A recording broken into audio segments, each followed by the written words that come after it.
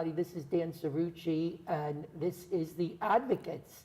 And we do have two advocates with us today, real advocates, and they are from the Nochumson law firm in Philadelphia.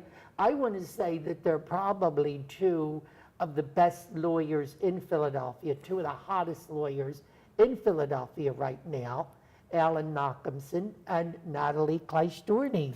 Welcome. Thanks for having us, Dan. Thank you, Dan. It's my pleasure. So, Alan, how would you describe your firm?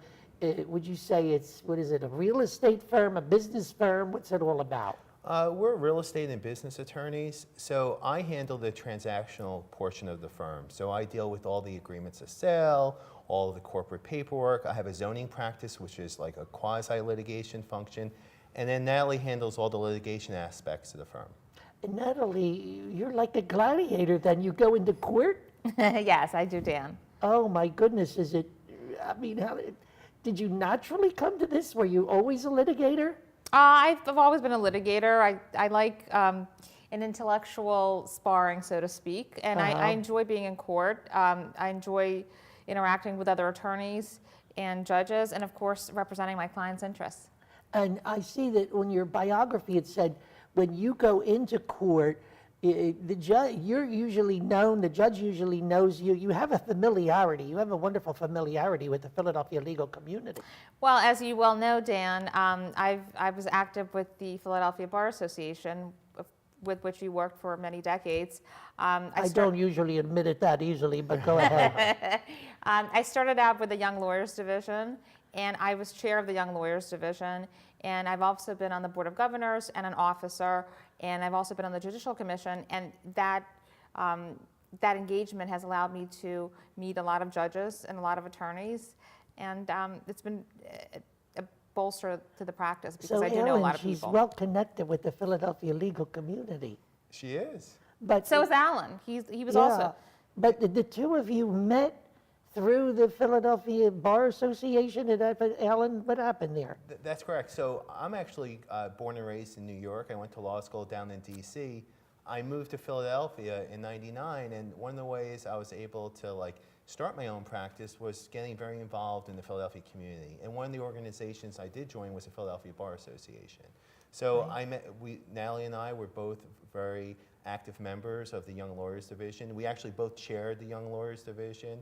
Okay. And then when I started my practice, it was, within the first 6 months, I was so busy, and I really needed someone to help me out, especially from a litigation standpoint. Yes. Because the type of matters that we handle tend to be very paper-intensive, sophisticated, and I know that Natalie's a great advocate for clients, and I asked her to join the firm. So, did you grow up in New York City or outside of New York City, or where? I grew up in Brooklyn, New York. Born and raised. Brooklyn? Yeah. Oh my goodness, he was born and raised in Brooklyn. Yeah. Oh, I'm impressed. Well, I was born and raised in Brooklyn before it was cool. Before it was cool. Yes. Oh, okay. Yeah, now you hear the stories of Williamsburg, and I had a lot of friends in Park Slope. That was really nice, but beautiful area. I've been there. Yes, my wife was born in Brooklyn. So, Alan, you went to New York University. Was it New York? I went to SUNY Albany, State University of New York, and then you went to George Washington Law School. That's correct. In Washington, right? And then, Natalie, you were in Washington. You went to American University. Yes, for undergraduate. And then you went to Temple. Here yes. She's wearing, is that Temple cherry red here, Natalie? Yes. She's wearing, yeah. And so there's a strong Philadelphia connection here now. And now, Alan, what's the business climate like in Philadelphia right now? It's strong in the sense of there's a lot of businesses that are opening up, both national brands and local brands you can see throughout the city. The issue is it's very challenging to open up a business and sustain a business in Philadelphia, given that you have to maneuver around all these city agencies. Really? Yeah. I would have never known now. In Philadelphia, a lot of agencies and regulations to meander through? Yeah, but you know what? Growing up in New York City, going to law school down in D.C., you know what? I think Philadelphia has the right balance, right? So I always equate Philadelphia to being a big city with a small town feel. Oh, it definitely has a small town feel. In fact, sometimes, and down there in Center City, it feels positively incestuous. It is. Okay. Absolutely. You walk down a block on Walnut Street, like block to block. It's almost like you have another meeting created because Yeah. you bump into people. But that's Yeah. helpful from a government standpoint because, like, if you look at New York City, I mean, the 5 boroughs. I mean, Yeah. Brooklyn itself is bigger than Philadelphia. But when you're dealing with the government in Philadelphia, it seems overwhelming. But it really, there's a couple players in each of these agencies. And once you know who they are, there's a lot of dedicated city workers out Was there. it a bit of culture shock for you, Alan, coming to Philadelphia from New York? No, you know what? I liked it actually. When I moved here in '99, I actually got questioned many, many times. Like, wait a minute, you're from New York and you're moving to Philadelphia? Like, Yeah. what's your angle? And I'm like, no, I really like the city. I Now think it's more common than you might think. But Natalie, you've been in Philadelphia the whole time? Well, I was actually originally born in the Ukraine, Yes. and I came here to America in 1980. I came straight to Philadelphia. That's where I grew With up. your family? With my family. And I grew up in Philadelphia. I went to elementary, junior high, and high school in Philadelphia, and then I went to Washington, D.C. for college at America. How old were you when you came here? I was a little shy of 8 years old. Oh my goodness, what a remarkable story. What a wonderful story. Yes, I'm very happy to be an American citizen, and it's one of the great joys of my life. I think a lot of absolutely. people who are born here don't fully appreciate how lucky they are to be Americans and how just everything, there's so many They opportunities should here. And appreciate it more. And Absolutely. you've come here and grown up here and grown with everything. And now you're helping people grow businesses here. Tell me a little Absolutely. bit about that. I'm a what total that's like. capitalist. Oh, wonderful. Oh, I love to hear that, folks. She's a complete capitalist. God bless capitalism. I totally Absolutely, agree. absolutely. Tell me what it's like helping businesses emerge, Natalie. Well, it's very rewarding, and we love to help business people because we feel that business people, when they're starting their businesses, they don't really know the legal aspect of things. But it's so important to set that up early on, because if you don't have the right documents, if you don't have the right business formation documents, employee handbooks, other documents, you might come to regret it later on. And business people don't realize that in the beginning. It's not what they're thinking about. They're just Right. thinking about forming the business. Right. But just the same way as you would hire an accountant to help you with your books, you really need an attorney to help you structure your business. Right from the start. Absolutely. And you know what I love about the two of you, and I've known you for a while, and I want to say this to the audience, you are so accessible. You're not, in other words, you're not these somewhere else, I don't know how to put it, stuffy, inaccessible Philadelphia lawyers. You're very accessible, you're very gregarious, and you speak in terms that people can understand.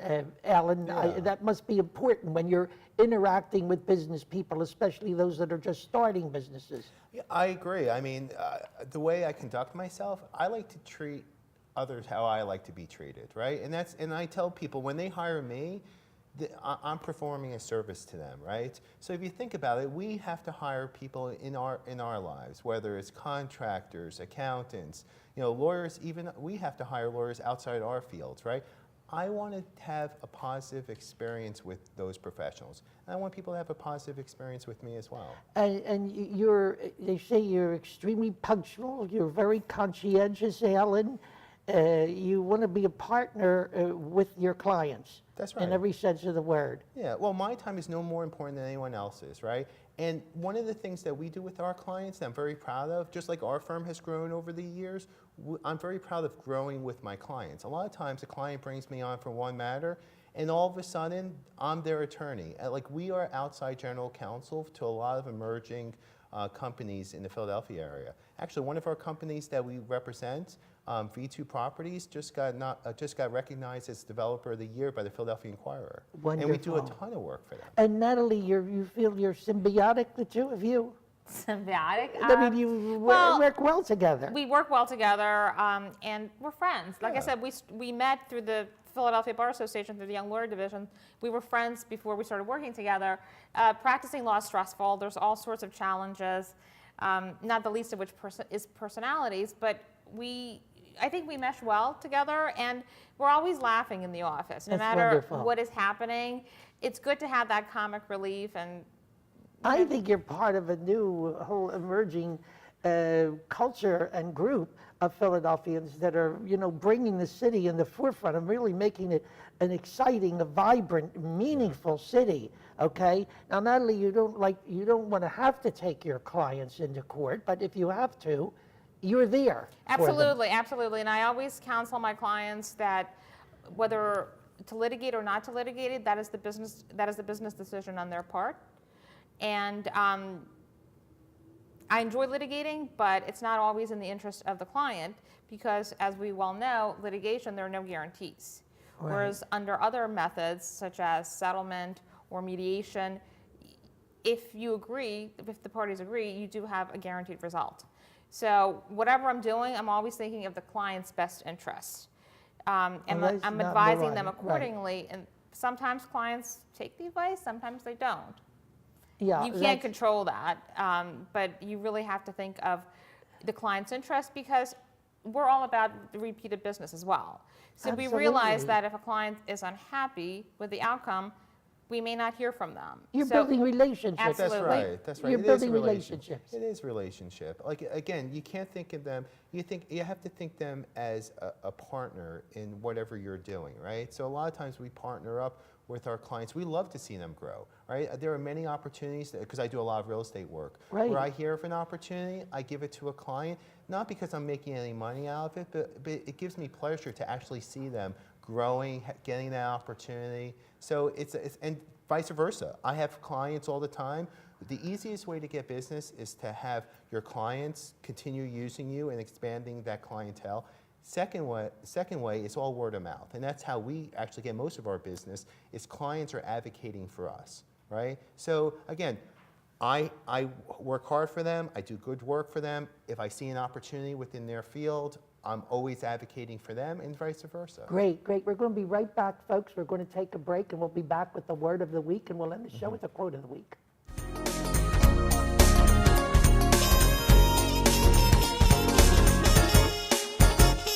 Your needs, lifestyle, and budget. Call me today for a free, no obligation Medicare benefits consultation. 856-226-4800. Boardwalks built for fun. Legendary rock and roll clubs. This is how we do it. Hip hip hop. Casinos by the ocean. Hip hip hop. Now that's New Jersey. 130 miles of beautiful beaches. Solid rock. And everything in between. Look in the window. Now that's New Jersey. Burlington County College. Is now Rowan College of Burlington County. Still the same great faculty. At a community college ranked top 50 in the nation. Basically, we earn more and pay less. RCBC students are accepted at Rowan University after graduation. And get a bachelor's degree for around $30,000. Online and Mount Laurel students get a 15% Rowan University tuition discount. And have many scholarship opportunities. So you earn more and pay even less. Rowan College of Burlington County. Your path to success. They are the greatest fighting force the world has ever seen.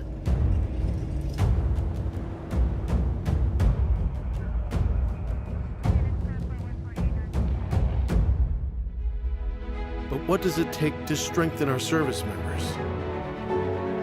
What does it take to let them know that we stand behind them, wherever they are? What does it take to bridge the distance and keep them connected to family, home, and country? And what does it take to prepare them for their future when their service to the nation is complete? What does it take to strengthen our service members so they can be the greatest force for good in the world? It takes a force. Be a force behind the forces. Share a message today at force.uso.org. I want to be a contender. I want a warm belly to sleep on. A big house. How do I look? Do I look good? I want to play hard. My nails done once a month. I want a home. I just want a home. I want someone to love. Last year, more than 30,000 companion animals came to us without homes. 20,000 of them were felines. Let's make some homes together.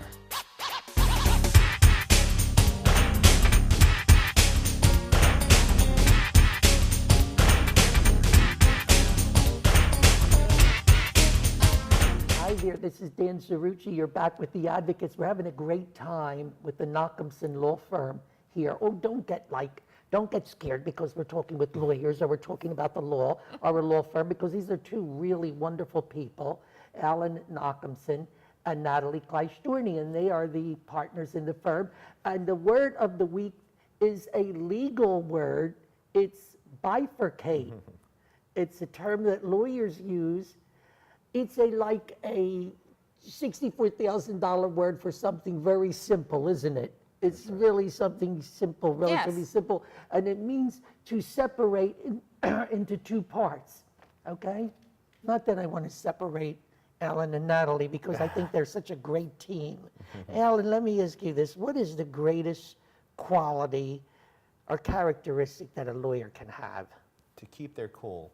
I was, actually talking to Natalie before the show, and we're thinking about just our growth as attorneys, right? Like 20 years ago, like when I started practicing law, I was young. I was like, I felt like I had something to prove, right? When I started my firm 12 years ago, the same thing, right? But, an attorney who keeps their cool, who focuses, has perspective, is a really good attorney. So important. Yeah, it's like being a silent so killer. important. Like, our clients are hiring us because of not just our legal knowledge, but our ability to navigate a situation. And when you let your emotions take over, that's the worst thing you can do for your client. You're absolutely right. Between the two of them, folks, they have more than 40 years of experience in the law. So they know what they're talking about. Natalie, what is the greatest quality that a lawyer can have? Well, I think it's actually also the greatest quality a human being can have, and that's the ability to listen and to empathize. Oh, absolutely.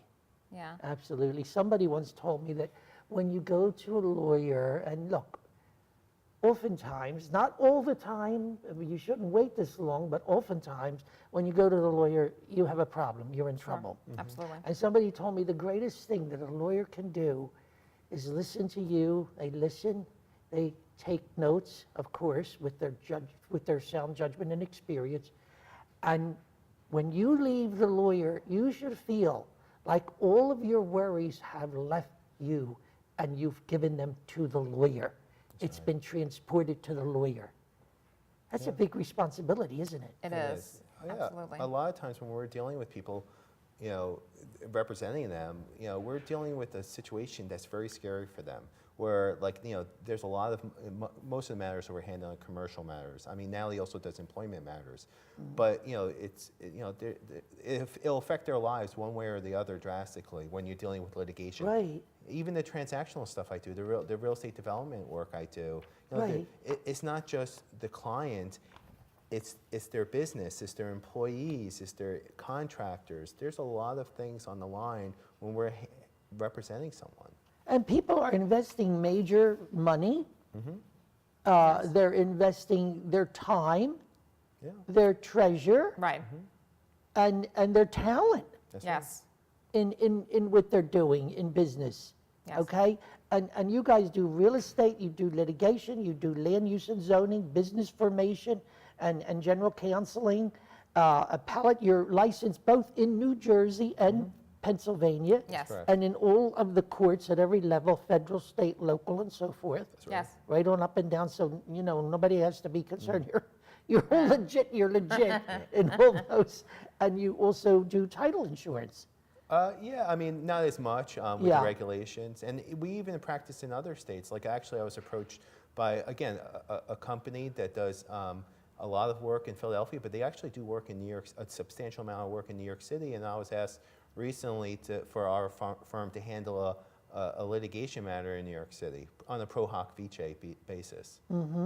There you go. And we've also represented international clients as well, who are doing business in the Philadelphia area. Okay, because I mean, increasingly, you have those kinds of clients and those kinds of situations in this global economy. Absolutely, Right? right. And you've represented a lot of businesses. Let me ask you, have you represented any people that have come here like from other countries to start a business then? Oh, absolutely, yes. Uh-huh. Yeah, I think we had one within the past couple of years, London, right? That they did some work. I forgot the name of the company. But Right, it's a company out of the UK who was started opening up offices in Pennsylvania and merging actually with also a Pennsylvania company. So I did several transactions for them, and I drafted employment agreements and business formation documents for them. Yeah, and we're talking to an Italian company right now that's looking to do investments in Philadelphia. Right. Wonderful, Yeah. wonderful. And but there's a lot of hoops that they have to jump through That's right. Absolutely, yes. That's right. that you have to help them with. Yeah. And so what do you think is the major thing that people don't understand about or need to understand about this type of law, Alan? Well, like anything, there's a process in place, right? A lot of times people try to skip those steps on the process, and then that's where they Right. get caught up, and that's where sometimes, unfortunately, Natalie has to intervene. I always tell people, She'd rather not, but I know. sometimes she has to. but I always tell people, that what's the saying? Measure twice, cut once, right? Right. So, Yeah. like, people are such in a hurry to start something, and they like lose focus on doing things the right way, and then it takes so much more work to unwind what they did and then to Okay. do it the right way. Well, he was born in Brooklyn. It sounds like he got that phrase from the garment district on 7th Avenue. Well, Measure twice, cut once. Alan grew up in the same area as Howard Schultz of Starbucks. He Yeah. loves to tell that story. Yeah, we did actually. no. Yeah, it's, I grew up in the. People want to look at me and think of this, but I actually grew up in the projects, Bayview projects in Brooklyn, New York. Howard Schultz also grew up in those same projects. I was sitting down on a Saturday night watching CNBC, and there was an expose about Howard Schultz, and he's like, Howard Schultz, growing up in the projects of Oh my of goodness! Brooklyn and Talk Bayview. about a business that grew. Oh my God, Yeah, yes, exactly. amazing. Really, went off the charts. Yes. That's right. You can't go anywhere now without seeing Starbucks. It's No, unbelievable. it's everywhere. It's a worldwide phenomenon. Oh my God! My wife was just in Beijing, and there's Starbucks over there. Really? And so Natalie, what was the biggest challenge of coming to this country and assimilating? I think, well, I was very little when that happened, but for me, I didn't know a word of English. So learning the English language. Oh my God! As far as assimilation, I think it was, I guess I felt a little different in the beginning because Yeah. we came and I started school right away and I didn't know the language and I kind of felt like an Well, outsider. you could have fooled me. I'll tell you, I think her English is better than mine half the time. Aw, This you're has been so great. This sweet. has been great. It's been a great conversation with the Nochumson firm, talking with Alan Nochumson and Natalie Klyashtorny. Your website is what? Nochumson.com. Could it be any easier? Nochumson.com. And we're going to end with a quote like we always do, and this quote has to do about money and business and why not. We're all for capitalism. And so Yes. here is a quote. It's from Andy Warhol, would you believe? Here's what he said: making money is art, and working is art, and good business is the best art of all. This is Dan Cerrucci. This is The Advocates. We'll see you next week.